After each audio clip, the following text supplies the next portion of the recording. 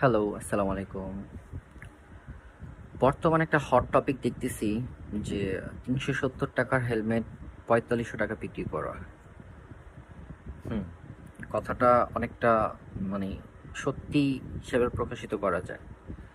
কারণ একটা আমদানিকারক অভিযোগ করেছেন তারা একটা হেলমেটের প্রতি ভ্যাট, ট্যাক্স, কাস্টম খরচ সবকিছু মিলিয়ে ৳৮০০ থেকে ৳১,০০০ কস্টিং পড়ে। কিন্তু তারা নিয়ে এসছে $2 থেকে $3, ঠিক আছে?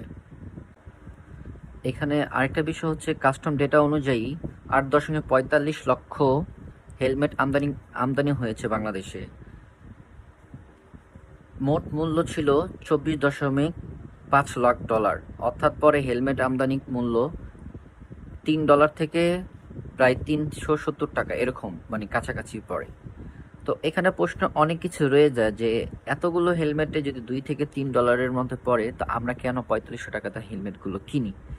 এখানে ভ্যাট, ট্যাক্স সব কিছু মিলিয়েও যদি হয় ৮০০ থেকে ১২০০ মতো কস্টিং আর কি চলে আসে।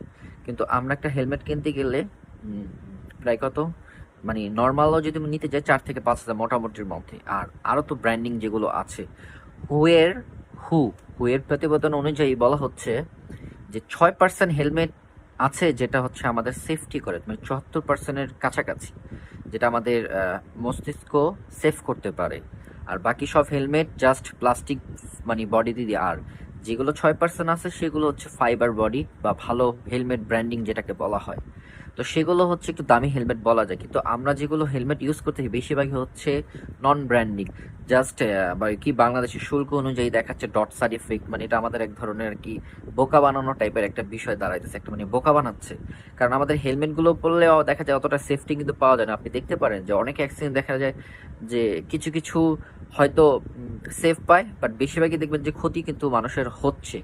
তো এত হেলমেট আসার পরও আমাদের প্রতি হেলমেটে যদি আমরা এটাও হিসাব মিলিয়ে যাই যে একটা হেলমেটে কম হলেও ক্রয় থেকে পাইকারি মূল্য থেকে নিয়ে বিক্রেতা পর্যন্ত প্রায় আমাদের হেলমেটের প্রতি প্রায় ১,০০০ থেকে ১৫০০ করে লাভ করতেছে, আরও বেশি লাভ করতেছে।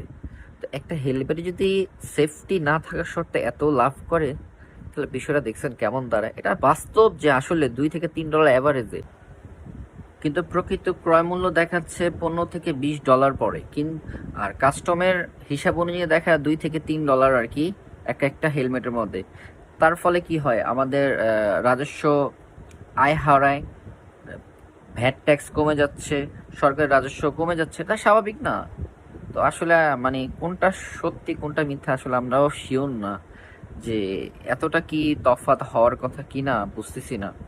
আর হেলমেট নিয়ে যদি বলতে হয়, আমাদের হেলমেটের মান অতটা ভালো বলা যায় না। যদি ভালো হেলমেটের মান কিনতে চায় তাহলে আপনার কমপক্ষে হলো ১০-এর উপরে আপনার গণনা করতে হবে টাকার অনুযায়ী। কিন্তু আপনি যে ৫ থেকে ৭-এর মধ্যে যেগুলো হেলমেট আছে ওগুলো মোটামুটির মধ্যে ডট সার্টিফিকেট অনুযায়ী আমাদের দিয়ে দিচ্ছে, আর আমরা ওটা নিয়ে সন্তুষ্ট, কারণ এর থেকে বাজারে আমরা যাবো না। কিন্তু ওই হেলমেটটাই বলে কিনা পড়তেছে বাংলায় টাকা বরঞ্চ ১,০০০ থেকে বরঞ্চ ২৫০০ থেকে ৩,০০০ টাকা কাছাকাছি। আর সেই হেলমেটগুলো আমরা কিনতেছি ৬ থেকে ৭,০০০ টাকা। মানে কই যাব, কি একটা হিসাব আল্লাহ।